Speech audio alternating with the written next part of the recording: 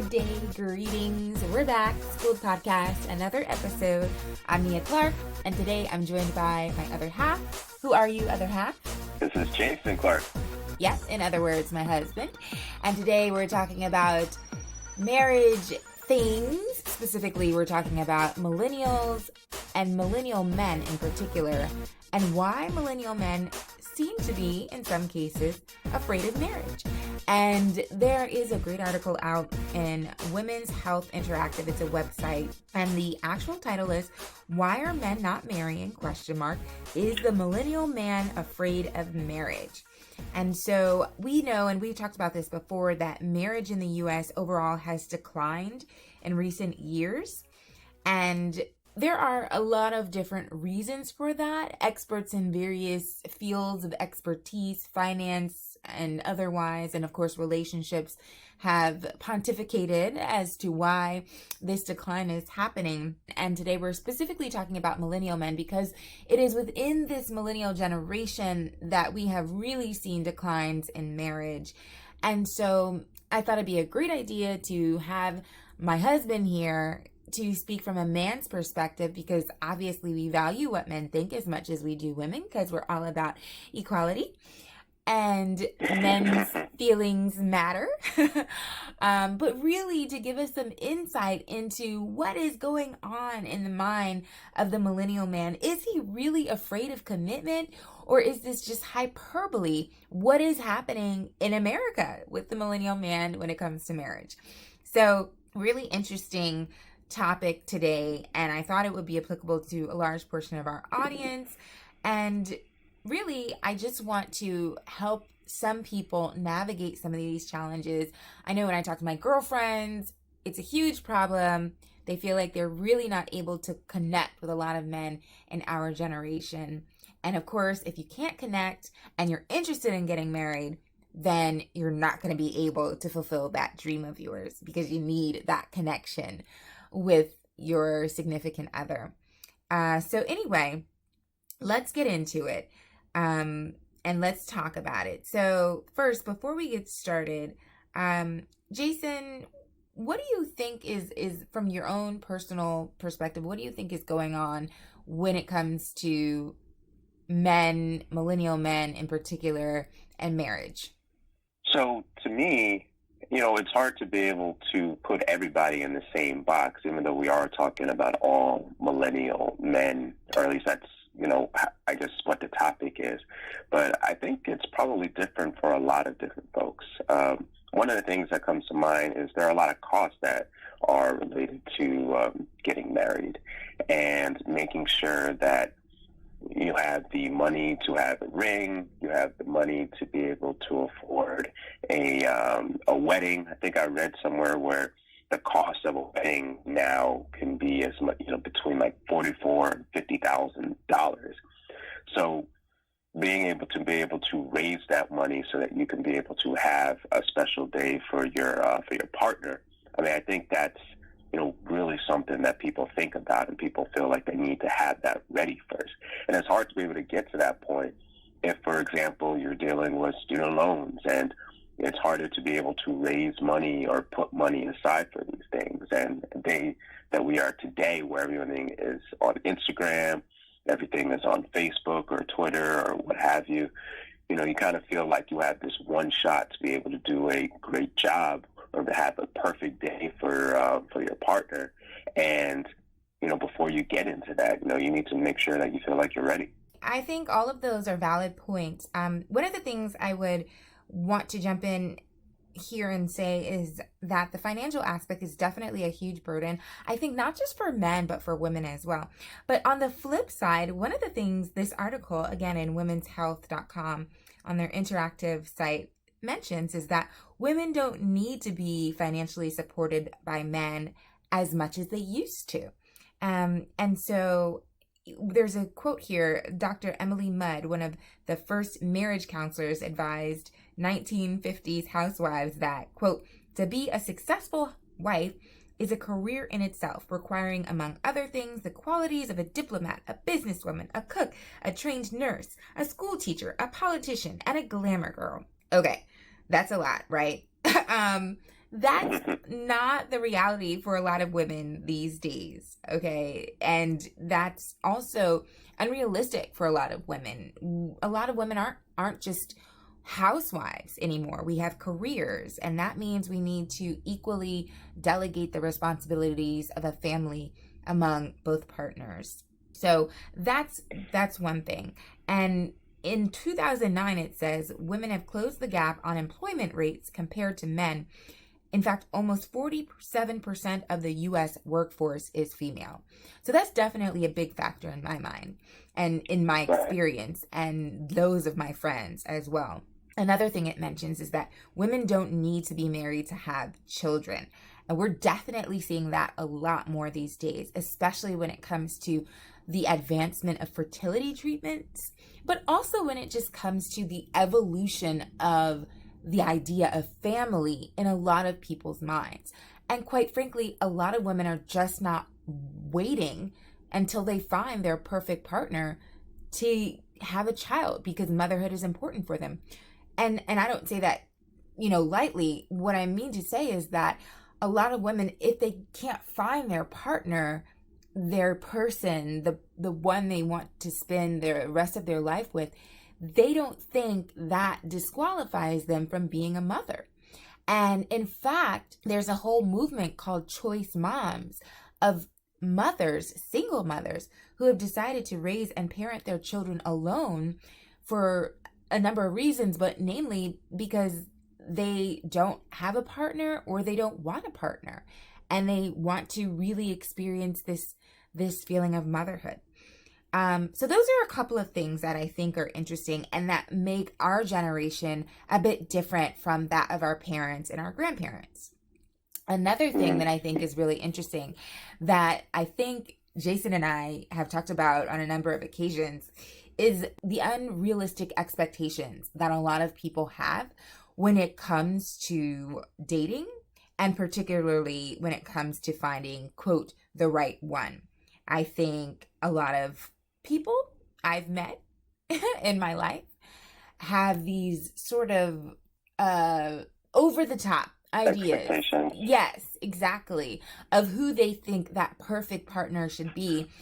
And a lot of people don't realize, just like anything in life, it's about compromise.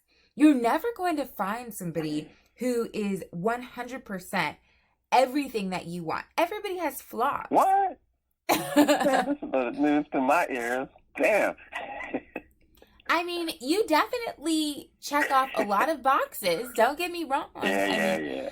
But I know you have flaws. I have flaws. Nobody's perfect. And one of the things this article also says is that according to research by the Pew Center, 26% of millennials, those born from around 1981 to 1996, have postponed marriage because they haven't found someone with the right qualities. A psychologist at the University of Edinburgh, Dr. Bjarne Holmes, I hope that I said that right, conducted extensive research into the effect that romantic comedies have on people's expectations when it comes to relationships. And Dr. Holmes writes, quote, "People tend to believe the Hollywood idea of a perfect relationship. We want to meet the special one. That is just unrealistic. People think if their relationship is not like a Hollywood film, then it's not any good." Touche. Jason, what do you say about that? Yeah, and I think that there's a lot of value into that, and it's not just the movies and everything that people see, but now it's like people's live movies.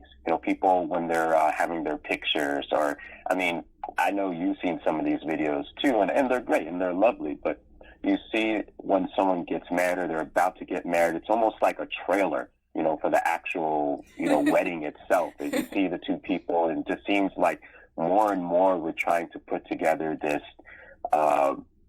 fantastical idea of what it's like to be married, which is fine. It's fun. You want to be able to celebrate your love, but I think sometimes it also makes it a little daunting to feel like you have to be able to reach a standard in order to actually jump the broom or tie the knot or what have you. But the other thing I was thinking about is, I think for a lot of folks, the question really is why do you have to get married? I'm certainly someone who, wanted to get married. I know you were, and, it certainly worked for us so well so far, I think. But the other thing is, why do you have to get married if, like you're saying, you can be able to have children if you haven't found the right person? Or, you can be in a relationship or get a lot of the benefits of companionship if you're just dating folks. And I think that for a lot of millennials, when they're trying to figure out why you have to make it official, I think and especially for many folks in this generation, coming from the seeds of, parents who may have been divorced or, modern family dynamics. I think for a lot of folks, the question is, why do we have to go through all of this if, you're kind of happy with where you are? Indeed. And I would say, at least for me, it wasn't about me just wanting to get married when I met you and then when we decided to get married. To be honest, before I met you, I was actually in my mind thinking I was going to be single for a very long time, and I didn't necessarily factor in marriage into that equation. I just didn't know if it was going to happen. And that's just because of where I was, mentally and the experiences that I have had, in past relationships. So when I met you, I wasn't thinking that, oh, great, I can get married now. I was thinking, oh, wow, like I found somebody who I can get married to. Like I found somebody who I am compatible with. And I found my person, and this person makes me happy, and I'm happy when I'm around this person, and love doesn't hurt, and love feels good, and this love is healthy, and wow, it makes sense for us to get married, and we should do this because we're right for each other, not because I just want to get married. But one of the things that I also think is interesting that the article mentions is that, quite honestly, millennials, and that includes women and men, they have a lot of things that they want to achieve these days before they do settle down. And we do know that sometimes when you do settle down, marriage, it makes it harder to achieve those things. So I think a lot of millennials are being more strategic. And I would say also men. I would include men into that equation as well, especially when you talked about earlier, Jason, the financial commitments men seem to bear and the pressure that imposes on their lives. So let's really get into the meat of this, though, because we're talking about millennial men struggling, right, with the idea of marriage. Are they afraid, or are they struggling with the idea of commitment? And I know personally, as a millennial woman who has dated millennial men, I have definitely seen this occur time and again, and I have seen it in my life and those of my friends' lives or people who I am just acquainted with. And there did seem to be this change in dynamic that became more prevalent among the millennial generation, where we sort of have redefined the idea of the relationship and what it means to be in a committed relationship, and whether we should have titles or not have titles, and, all of these different nuances. And it's kind of all in my mind, we're all talking about the same thing, but we're redefining it and we're defining it in different ways. So, for example, the idea of commitment among a lot of millennial men has evolved. And entrepreneur Prachi, in this article 39, told me, according to the author, that she has been with her partner for nearly 11 years. Quote, "We had a lot of marriage talks in the beginning. Both of us wanted to get married, but lately it's only been me who brings it up. When I do, he says he feels marriage does not define us. He thinks we don't need to get married to prove anything to anyone, and marriage won't change anything between us or add value to the relationship." And I know I personally have seen that when it is in regards to relationships I have had. I have never been with somebody for more than 3 years before Jason. I don't think I could be with somebody for longer than that if there wasn't some, direction or, I guess, talk about our long-term future plans. But I do have friends who have been in really long-term 5+ year relationships. Some who are getting married and some who are not. And I know some of them want to get married. But, the man just isn't there. And the woman stays, or the partner stays. What is going on, Jason? What exactly is happening? Why are so many men willing to be in these long-term relationships, but just not solidify it with a ring or a marriage license? Yeah, well, let me start by saying that I don't know the answers to all of these questions, but what I will say is, from the relations, from the conversations I've had with some of my friends, I think it kind of goes back to that point I was starting to harp on a little bit before, which is, sometimes, you're asking yourself, why do you have to get married? If you're in a relationship with someone and you feel like, the two of you love each other and you're already living together and you're making decisions together and, you're focusing on, your future or, being able to build wealth or what have you so you can do other things. Sometimes I think people feel like, what's the point of getting into a marriage when you already have the relationship? I mean, to some folks, the idea of getting married, I mean, what's the difference between having a piece of paper and not having a piece of paper? But What it's really about is how you feel about one another. Okay, fair. But what is it specifically about marriage that makes a lot of millennial men apprehensive? Because we're seeing, yes, there are those men who just don't want to put a title on it and just want to be casual. But we're seeing a lot of men who are okay being in long-term committed relationships. But is it that they're afraid? Is it a financial thing? Is it they just don't think it's necessary? And if it's something that's important to their partner and they love their partner, are they not willing to take that step, if not for anything, but for the happiness of their partner, especially if they're already committed to that person? Mm-hmm. Yeah. Yeah, I mean, I think there'd be a lot of those things. And again, this is coming from someone who, who was very interested in, being married, specifically being married to you. But you have a lot of friends who are not interested in being married. You have a lot of friends who are not interested in being married as well. Yes. Yeah. Right. But I mean, I think that probably just comes from like a lot of different factors. I mean, let's say you grew up in a family where you only had one parent and you feel like it worked for you, or maybe you feel like you had parents and they were fighting all the time and they eventually got divorced and then they got remarried or what have you. I mean, I think it's, the way I think some folks look at marriage is a lot different than the way it was maybe in the 1920s or what have you, where marriage was the first step to building a family, and you had to take that step in order to live with someone and start a monogamous, relationship essentially with someone. And I think today, people have been able to commoditize everything, right? I mean, if you want to be able to get your food, you don't have to just cook it anymore. You can get on an app and you can get it. If you need to get somewhere, you don't have a car, you can be able to get on an app and then give you a ride. If you don't have an office, you can get on an app and find a way. I mean, the same thing with relationships. And I think that some of those things may have played a role in how people look at their lives, which is different than the way they had in the past. One of the other issues, the article on womenshealth.com, the interactive site, brings up, and just I'll recap, why are men not marrying, ?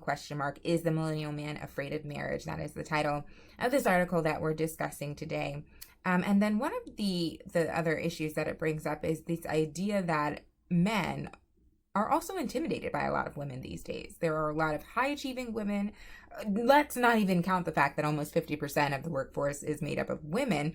There's just a lot of high-achieving women who've gotten higher degrees, more than a bachelor's degree, women who are achieving management positions in their respective companies. And because men traditionally were taught that they were the providers, a lot of millennial men grew up seeing their own fathers in those roles. And now, no matter who their partner is, if their partner is maybe in a higher position than them or making more money than them, if that man isn't emotionally evolved enough to be able to handle that transition in gender roles, it might be tough for them to accept that. In fact, the article says Jenna Birch, the author of The Love Gap and the strategic advisor to Plum Dating, which is a dating app, she believes this is the real reason why men are struggling to put a ring on it. Quote, men are dealing with increased pressure in the workforce by a flood of achieving women. Society has put the value of a man in his ability to provide. A lot of men feel this pressure, which some recall dating back to their own childhood. Do you agree, Jason?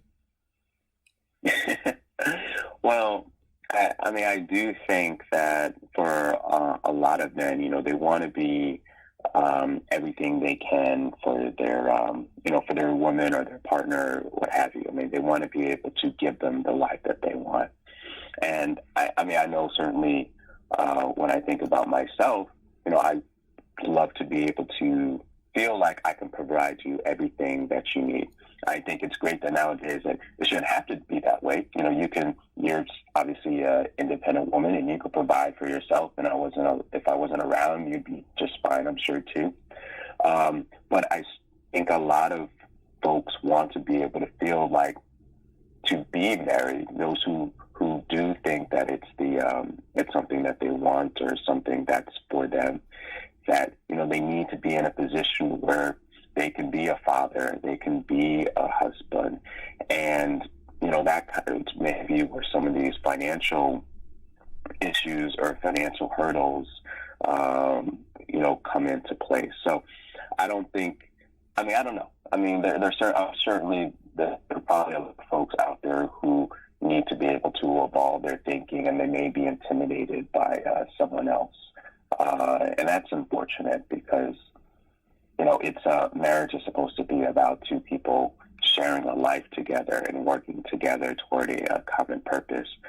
But I do think that, at least for a lot of men, we want to be able to be the person that our partner wants them to be.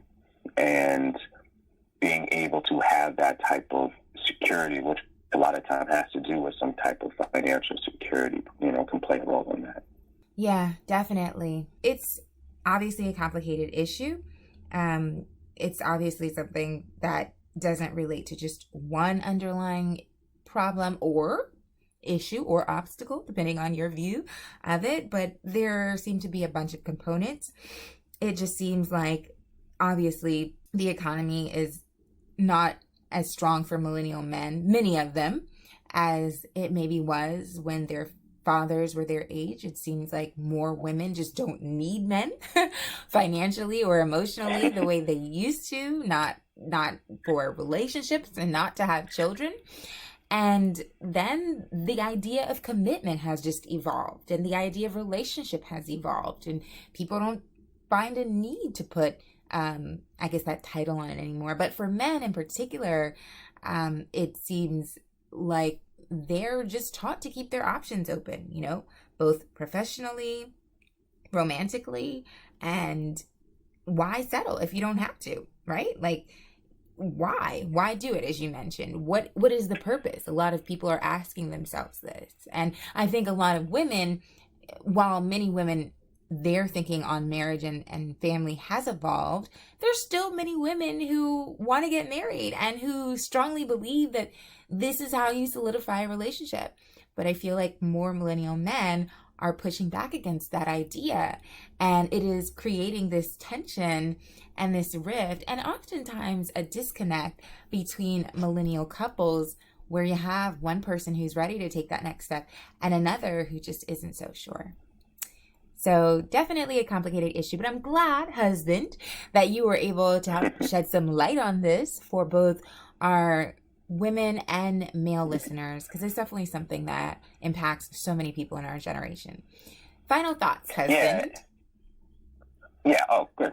Yeah, there are final thoughts. I think at the end of the day, it's really just about trying to find someone and, being able to communicate, know what it is you're interested in or what you're looking for, and seeing if that other person is on the same page, and just also just being honest with yourself about what your deal breakers are, and what you need to feel fulfilled moving forward. And some of it is also just leap of faith and trust that that person that you're in a relationship with recognizes what's important to you, and is willing to either really be honest about if that's something they're looking for, if that's not something that they're looking for.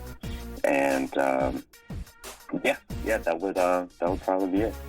I agree. Well, thanks for listening, everybody. We hope we were able to help shed a little bit of light on this very complicated topic, very hard to do in less than 30 minutes. But of course, continue that conversation. Let's continue it online.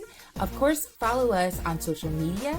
You can find us at Schooled Podcasts on Instagram and Twitter, and just search for Schooled, SKOOLED, on Facebook.